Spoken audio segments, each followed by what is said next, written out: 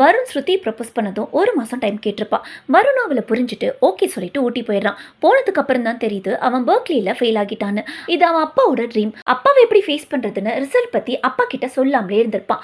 அவன் அப்பாவோட ஃப்ரெண்டு அவன் கிட்ட பர்க்லி எக்ஸாம்ல என் பொண்ணு பாஸ் ஆகிட்டா, அவளுக்கு உன்னை ரொம்ப பிடிக்கும், நீ அவளை மேரேஜ் பண்ணிக்கிறேன்னு சொன்னா பர்க்லியில் மியூசிக் படிக்க நான் அரேஞ்ச் பண்றேன், இந்த ரிசல்ட் பத்தி உன் அப்பாக்கு தெரியாம பாத்துக்கிறேன்னு சொல்றாரு. வருணும் ஸ்ருதி பத்தி கொஞ்சம் கூட யோசிக்காம மேரேஜுக்கு ஓகே சொல்லிடுறான். பர்க்லியில் சீட்டும் வாங்கிடுறான்.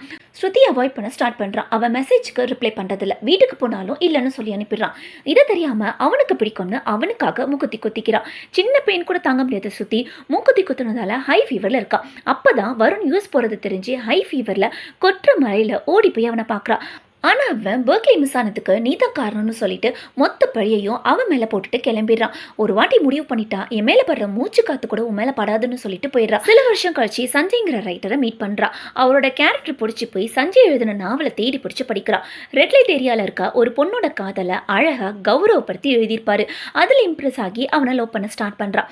லவ்வை சொல்லலாம்னு சொல்லி டிசைட் பண்ணுறா. ஆனால் அதுக்குள்ள அவள் அம்மா அவளுக்கு ஒரு பணக்கார வரன் பார்த்துருப்பாங்க. அம்மா கிட்ட பேசலான்னு போகிறப்போ ஹார்ட் அட்டாக் வந்துருச்சு. லவ் மேட்டர் தெரிஞ்சா அம்மாக்கு ஏதாச்சும் ஆகிடுமோன்னு பயந்து போய் சஞ்சயை அவாய்ட் பண்றா. ஒரு ஸ்டேஜ்ல ஸ்ருதி அம்மா கிட்ட கார்த்திக் அவளோட லவ்வை பத்தி சொல்லிடுறான். சஞ்சயை மீட் பண்ணி பேசின அம்மா இவங்க லவ்வுக்கு ஓகே சொல்லிடுறாங்க.